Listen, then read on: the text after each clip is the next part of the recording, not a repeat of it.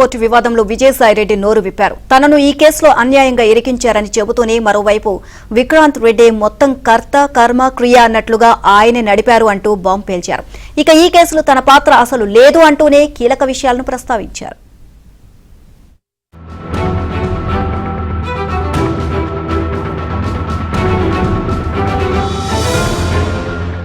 Kakinada port వ్యవహారంలో CID దూకుడు పెంచింది. కె వెంకటేశ్వరరావు ఇచ్చిన ఫిర్యాదుతో కేసు నమోదు చేసిన పోలీసులు దర్యాప్తును వేగవంతం చేశారు. పైసా పెట్టుబడి లేకుండా పోర్టు యజమాని కేవీ రావుతో బలవంతంగా సంతకాలు చేయించుకుని వాటాదారులుగా అయిపోవడమే కాదు, మొత్తం పోర్టునే కబ్జా చేసిన వైనంపై దర్యాప్తు అధికారులే ఆశ్చర్యపోయారు.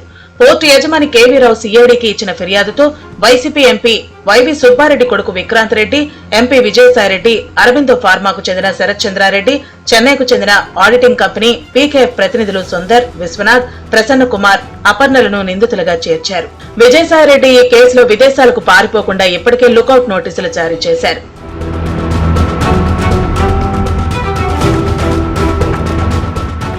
ఈ కేసులో ఇప్పటికే విజయసాయిరెడ్డిని ఈడీ ప్రశ్నించింది. ఆ తర్వాత ఆయన రాజ్యసభ సభ్యత్వానికి వైసీపీకి రాజీనామా చేశారు. కాగా బుధవారం ఉదయం 11 గంటలకు కానూరులోని సిఐడి రీజనల్ కార్యాలయంలో విజయసాయి విచారణకు హాజరయ్యారు. తన న్యాయవాదులతో కలిసి లోపలకు వెళుతుండగా అడ్డుకున్న సిఐడి అధికారులు కేవలం విజయసాయిరెడ్డిని మాత్రమే లోపలకు అనుమతించారు. విచారణలో పాల్గొన్న CID SP Srinivas, CID additional SP Prasad, ఇతర అధికారులు విజయసాయిరెడ్డిని ప్రశ్నించారు. దాదాపు 3 గంటలకు పైగా విజయసాయిరెడ్డిని వివిధ రూపాల్లో ప్రశ్నలు అడిగి సమాచారం రాబట్టారు.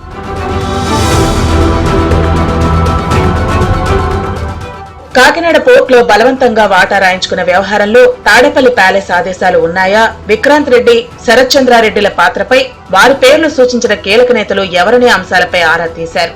ఆయన చెప్పిన అంశాలను నోట్ చేసుకున్న అధికారులు అవసరమైతే మరోసారి విచారణకు పిలుస్తామని చెప్పి పంపించేశారు. ఈ కేసుతో తనకు ఎటువంటి సంబంధం లేదని విజయసాయిరెడ్డి అన్నారు. కాకినాడ పోర్టు యజమాని వెంకటేశ్వరరావుతో తనకు ముఖపరిచయమే తప్ప ఎప్పుడూ వ్యాపారపరంగా మాట్లాడిందే లేదన్నారు. అరబిందో సంస్థతో తనకు సంబంధం లేదని, వారి కుటుంబానికి తమ కుమార్తెను ఇచ్చినందువల్ల కుటుంబ బంధమే ఉందని విజయసాయి చెప్పారు. ఈ కాకినాడ సీపోర్ట్స్ కు సంబంధించి నాకు ఎటువంటి విషయాలు తెలియదు. నేను ఆది నుంచి అంతం వరకు నేను ఎక్కడా కూడా నా యొక్క ప్రమేయం లేదు అన్నటువంటి విషయాన్ని స్పష్టంగా చెప్తా ఉన్నా. కేవీ రావు మీకు తెలుసా అన్నటువంటిది ముఖ పరిచయమే, కానీ ఏదైనా సోషల్ ఫంక్షన్స్లో నమస్కారం అంటే నమస్కారం అని చెప్పడమే కానీ ఆయనకు నాకు సామాజికమైనటువంటి, ఆర్థికమైనటువంటి, రాజకీయమైనటువంటి ఎటువంటి సంబంధాలు లేవు అన్నటువంటి విషయాన్ని చాలా స్పష్టంగా చెప్పాను. రెండవ అంశం, ఆయన ఈ యొక్క 400 ఇంచుమించు 500 కోట్ల రూపాయలకు సంబంధించి అరబిందో నుంచి ఆయనకు ట్రాన్స్ఫర్ అయినటువంటి విషయం, దాన్ని గురించి ప్రశ్నించారు. ఏది కూడా నాకు సంబంధం లేదు, నాకు తెలియదు, నాకు ఎవ్వరూ చెప్పలేదు. ముఖ్యంగా అరబిందో విషయంలో